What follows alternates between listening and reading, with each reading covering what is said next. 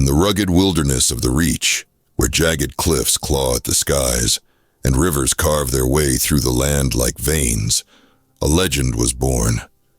Before the Nords claimed Skyrim as their own, before the Empire's banners flew over the provinces, the Reachmen called this untamed land their home. Among their ranks, one name struck fear and reverence in equal measure: Red Eagle. Red Eagle, born Faolan, was no ordinary man. His birth was marked by the appearance of a crimson hawk circling the skies, an omen, the elders whispered, of great power and strife.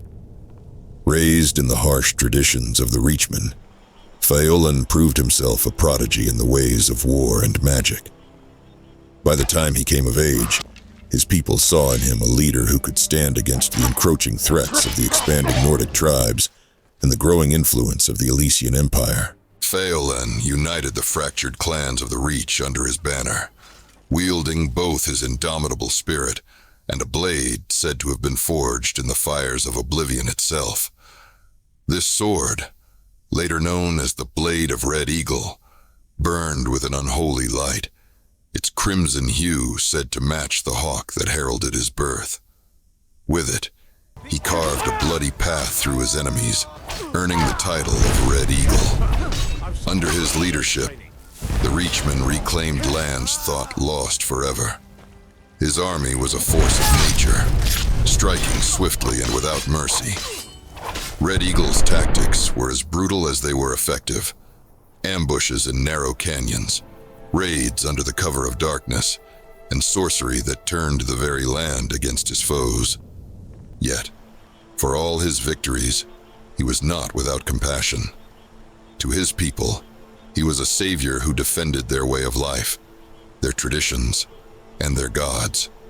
But the Elysian Empire, ever hungry for conquest, saw in the Reach a prize they could not ignore. The Imperials marched with legions armed with steel and faith, determined to crush Red Eagle and his rebellion. Despite his cunning and the fierce loyalty of his people, Faolan found himself outnumbered and outmatched. The final blow came when a trusted ally betrayed him, revealing the location of his stronghold to the enemy. Faced with certain defeat, Red Eagle made a desperate pact. He called upon hag-ravens, offering his soul in exchange for the power to protect his people. The ritual transformed him, binding his essence to his sword and granting him terrible strength.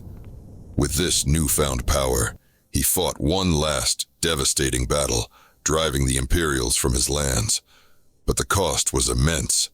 Faolan's humanity was lost, and his body became a vessel of raw, otherworldly fury. After his death, Red Eagle's spirit did not rest. The ancient pacts he had forged kept him bound to the Reach, his restless shade haunting the land he once ruled. His sword was interred with him. Apparently, sometime later, a researcher managed to breach the tomb and awaken the spirit of Red Eagle. His mind was filled with images of death and destruction. He managed to abscond with the sword and seal the tomb. Now, the sword lies in the hands of those who seek to raise Red Eagle once more. It seems the burden falls upon me to ensure that this nightmare does not come to pass. The Reach, the people, and perhaps all of Skyrim stand on the brink of a legend reborn. It is time to act.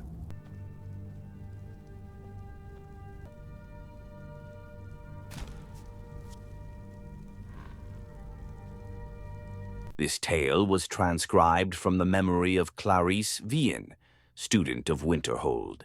Elements of the legend suggest a date of the 1000th and 30th year of the First Era, though as with any oral tradition, much of it is likely a later anachronism. Curiously, stories of a similar king and his legendary blade appear in other ancient myths of the Reach. Long ago, a child was born in the Sundered Hills. They named him Faolan, which means Red Eagle in the tongue of the Reach, for the screeching bird call that greeted his birth and the crimson blooms on the autumn hills. Thus began his legend.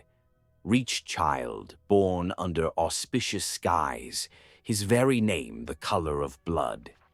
10 kings ruled the Reach in those days, and though men were free, the people were scattered and warred amongst themselves. The augurs foresaw the boy's destiny, a warrior without peer, first and foremost, Lord of the Reach, chosen to unite all under his name. Faolan grew in years and strength, and it seemed the prophecy would be fulfilled. The banner of the Red Eagle was raised along the cliffs of the Reach, and his people prospered. Then came Hestra, Empress of the South, riding to war. One by one the kings stood before her. One by one they fell aside, bending knee in imperial bargains or slaughtered on the battlefield. Her legions came at last to the sundered hills, and envoys were sent to bargain for their surrender. Faolan refused to yield the freedom of his people, but the elders were afraid, cast him out, and accepted the imperial yoke. Thus was stolen by the foreign invaders his land, his people, his very name. In the years that followed, Red Eagle became known as the untamed spirit of the Reach, unbowed, unbroken, stained by the blood of his foes. He gathered loyal Reachmen to himself, those who clung to the old ways, who yearned for freedom and forged a new nation. Together they fell upon the occupiers and the traitors by night, disappearing into the cliffs and caves each morn, evading capture. It was not enough. For every imperial patrol and garrison they wiped out, yet more seemed to march from the green south to replace them. One night, under a cloud-choked sky, the men of the Red Eagle warmed themselves over damp fires of smoldering moss. A huddled, shambling figure came to them, cloaked in rags, face cowled. Though his men mocked and cast stones at the stranger, Faolan sensed something and beckoned. The cowl was thrown back in the dim light, and she revealed herself to be one of the ancient and venerable hag-ravens. She offered power for a price, and a pact was made. Thus was brokered to the witch, his heart, his will, his humanity. From that day forth, his was a spirit of vengeance, pitiless and beyond remorse. The rebels grew in strength and numbers, and none could stand against them. Faolan's eyes burned coldly in those days, black opals reflecting a mind not entirely his own. 2 years passed, and the foreigners were all but driven from the Reach. Such peace could not last, however, and a great host fell upon them, a swift army of invaders unlike any before. For a fortnight, Hestra's generals laid siege to Red Eagle's stronghold, till he himself came forth for battle, alone and robed in nothing but his righteous fury. 1,000 foreigners fell before his flaming sword, and the enemy was routed. Yet, when night fell, so too did he. The warriors who came to him said Faolan's eyes were clear again on that final night. He was taken to the place prepared for him, a tomb hidden deep within the rock. With his remaining strength, he presented his sword to his people and swore an oath.